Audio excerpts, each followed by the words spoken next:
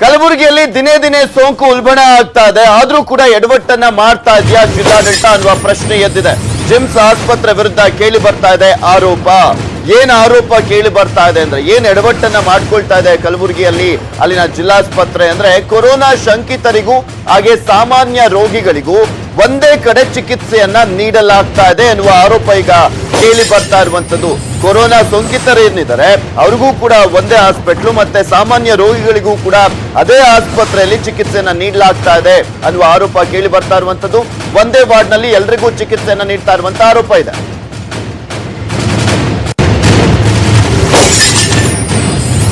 Quarantine ward ನಲ್ಲಿ ಇಟ್ಟಿದ್ದಾರೆ ಅಂದ್ರೆ, ಈಗ ಆಲ್ರೆಡಿ ಸಾಮಾನ್ಯ ರೋಗಿಗಳು ಏನಿದ್ರಲ್ಲ ಆ ರೋಗಿಗಳ ವಾರ್ಡ್ ನಲ್ಲೇ ಕ್ವಾರಂಟೈನ್ ಕೆಲವರು ಏನಿದ್ರು ಅವರನ್ನ ಅಲ್ಲೇ ಕ್ವಾರಂಟೈನ್ ಮಾಡಲಾಗಿದೆಯಂತೆ. ಅದೇ ಒಂದು ವಾರ್ಡ್ ನಲ್ಲೇ ಕ್ವಾರಂಟೈನ್ ನಲ್ಲಿ ಮಾಡಲಾಗಿರುವಂತದ್ದು. ಈ ಒಂದು ಆರೋಪವನ್ನ ರೋಗಿಗಳು ಮಾಡ್ತಾ ಇದ್ದಾರೆ. ಅಲ್ಲಿದ್ದಂತವರು ಜ್ವರ ಶೀತ ಬಂದ್ರೆ ಕ್ವಾರಂಟೈನ್ ವಾರ್ಡ್ಗೆ ಶಿಫ್ಟ್ ಮಾಡಲಾಗ್ತಾ ಇದೆಯಂತೆ.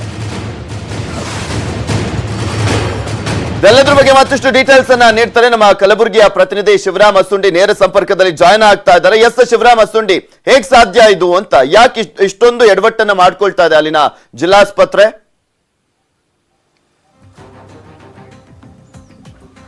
ಪೃಥ್ವಿರಾಜ್, ಜಿಮ್ಸ್ ಆಸ್ಪತ್ರೆ ಏನಿದೆ ಅಲ್ಲ, ಅವ್ಯವಸ್ಥೆ ಆಗಲ್ಲ ಅಂತಾನೆ ಹೇಳ್ಬೋದು. ಅಲ್ಲಿ ಏನಂದ್ರೆ ಒಂದ್ ರೀತಿಯಲ್ಲಿ ಅಲ್ಲೇನು ಹೋಗ್ತಾ ಇದ್ದಾರೆ, ನರಕ ಎದುರಿಸುವಂತ ಪರಿಸ್ಥಿತಿ ನಿರ್ಮಾಣವಾಗಿದೆ. ಕೆಲವೊಬ್ರು ವಿಡಿಯೋ ತೆಗೆದು ಹೊರಗೆ ಹಾಕಿದ್ದಾರೆ, ಅಂದ್ರೆ ಬಹಿರಂಗಪಡಿಸಿದ್ದಾರೆ. ಈ ರೀತಿ ಇಲ್ಲಿ ಯಾವುದೇ ರೀತಿಯ ಟ್ರೀಟ್ಮೆಂಟ್ ಸಿಗ್ತಾ ಇಲ್ಲ. ಒಂದ್ ಕಡೆ ಶಂಕಿತರು ಏನಿದ್ದಾರೆ, ಕೊರೋನಾ ಶಂಕಿತರು, ಅವ್ರಿಗೆ ಅಂದ್ರೆ ಅವ್ರ ಥ್ರೋಟ್ ಸ್ಯಾಂಪಲ್ ಕಳ್ಸಿಕೊಡ್ಲಾಗಿರುತ್ತೆ. ಅಂತವ್ರ ಜೊತೆ ಬೇರೆ ಜ್ವರ, ನೆಗಡಿ, ಕೆಮ್ಮು, ಬೇರೆ ಏನು ಜನರಲ್ ಚೆಕಪ್ಗೆ ಅಂತ ಬಂದಂತವ್ರಿಗೂ ಸಹ ಅಡ್ಮಿಟ್ ಮಾಡ್ತಾ ಇದ್ದಾರೆ. ಕೇವಲ ಅಡ್ಮಿಟ್ ಮಾಡೋದೊಂದೇ ಅಲ್ಲ, ಸರಿಯಾದ ರೀತಿ ಚಿಕಿತ್ಸೆನೂ ಕೊಡಲ್ಲ, ಕೇವಲ ಒಂದು ಟ್ಯಾಬ್ಲೆಟ್ ಕೊಟ್ಟು ಹೋಗ್ತಾ ಇದ್ದಾರೆ. ಇದರಿಂದ ನಮಗೆ ಇಲ್ಲಿಂದ ಬಿಟ್ಕೊಟ್ರೆ ಸಾಕು ಅನ್ನೋ ಪರಿಸ್ಥಿತಿ ಕೆಲವೊಬ್ರು ಅಳಲು ತೋಡ್ಕೊಂಡಿದ್ದಾರೆ. ಈ ರೀತಿಯ ಪರಿಸ್ಥಿತಿ ನಿರ್ಮಾಣವಾಗಿದೆ. ಈ ಹಿಂದೆಯೂ ಸಹ PPE ಕಿಟ್ ಹಾಕ್ಲಾರ್ದಂತಾನೆ ಒಬ್ಬ ನರ್ಸ್ ಏನು ವಾರ್ಡ್ ಬಾಯ್ಗೆ ಕೊರೋನಾ ಸೋಂಕಿತನಿಗೆ ಚಿಕಿತ್ಸೆ ಕೊಡ್ಲಿಕ್ಕೆ ಕಳಿಸ್ಕೊಟ್ಟಿದ್ರು. ಅವನು ಈಗ ಸದ್ಯ ಕ್ವಾರಂಟೈನ್ ಅಲ್ಲಿ ಇದ್ದಾನೆ. ಅದೇ ರೀತಿ ಒಬ್ಬ ಪಾಸಿಟಿವ್ ಪೇಷಂಟ್ಗೆ ಒಂದು ವರ್ಷದ ಬಾಲಕನಿಗೆ ಚಿಕಿತ್ಸೆ ಕೊಟ್ಟ ಪರಿಣಾಮವಾಗಿ ಓರ್ವ ವೈದ್ಯಗೆ ಪಾಸಿಟಿವ್ ಬಂದಿತ್ತು.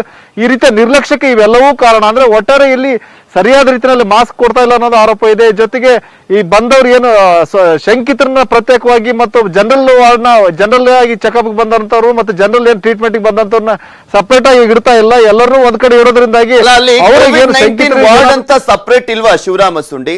ಇದ್ರ ಬಗ್ಗೆ DHO ಕೂಡ ತಲೆ ಕೆಡ್ಸ್ಕೊಂಡಿಲ್ವಾ? ಜಿಲ್ಲಾಧಿಕಾರಿಗಳು ಕೂಡ ಇದ್ರ ಬಗ್ಗೆ ಗಮನ ಹರಿಸಿಲ್ವಾ? ಅವ್ರಿಗೇನಾದ್ರೂ ಬಂದ್ರೆ ಏನಾಗತ್ತೆ ಅಂತ? ಪೃಥ್ವಿರಾಜ್, COVID-19 ಪ್ರತ್ಯೇಕ ವಾರ್ಡ್ ಇದೆ. ESI ಮತ್ತು ಜಿಮ್ಸ್ ಆಸ್ಪತ್ರೆಯಲ್ಲಿ ಎರಡು ಕಡೆ ಇದೆ. ಆದ್ರೆ ಇಲ್ಲಿ COVID-19 ಪ್ರತ್ಯೇಕ ಐಸೋಲೇಷನ್ ವಾರ್ಡ್ ಏನಿದೆ ಅಲ್ಲಿ ಕೇವಲ ಪಾಸಿಟಿವ್ ಏನು ಪ್ರಕರಣಗಳಿಗೆ ಮಾತ್ರ ಟ್ರೀಟ್ಮೆಂಟ್ ಕೊಡಲಾಗುತ್ತೆ. ಅದಾದ ನಂತರ ಈಗೇನು ಯಾರೋ ಸಸ್ಪೆಕ್ಟೆಡ್ ಇರ್ತಲ್ಲ, ಯಾರಿಗಾದ್ರೂ ಅಂದ್ರೆ ಸೆಕೆಂಡ್ರಿ ಕಾಂಟ್ಯಾಕ್ಟ್ ಈ ತರದ್ದು ಕಾಂಟ್ಯಾಕ್ಟ್ ಇದ್ದಂತವ್ರಿಗೆ ಅವ್ರನ್ನ ತಂದು ಸಸ್ಪೆಕ್ಟೆಡ್ ಯಾರು ಇರ್ತಾರೋ ಅವ್ರನ್ನ ತಂದು ಪ್ರತ್ಯೇಕವಾಗಿ ಇಡ್ಲಾಗ್ತಾ ಇದೆ. ಹಾಗೆ ಪ್ರತ್ಯೇಕವಾಗಿ ಇಡ್ಲಂತವ್ರ ಜೊತೆಗೆ ಬೇರೆ ಪೇಷಂಟ್ಗಳು ಸಹ ಇಡೋದು ಆತಂಕಕ್ಕೆ ಕಾರಣವಾಗಿದೆ. Prithviraj, okay, thank you Shivarama Sundi ನಿಮ್ಮೆಲ್ಲ ಡೀಟೇಲ್ಸ್ಗಾಗಿ.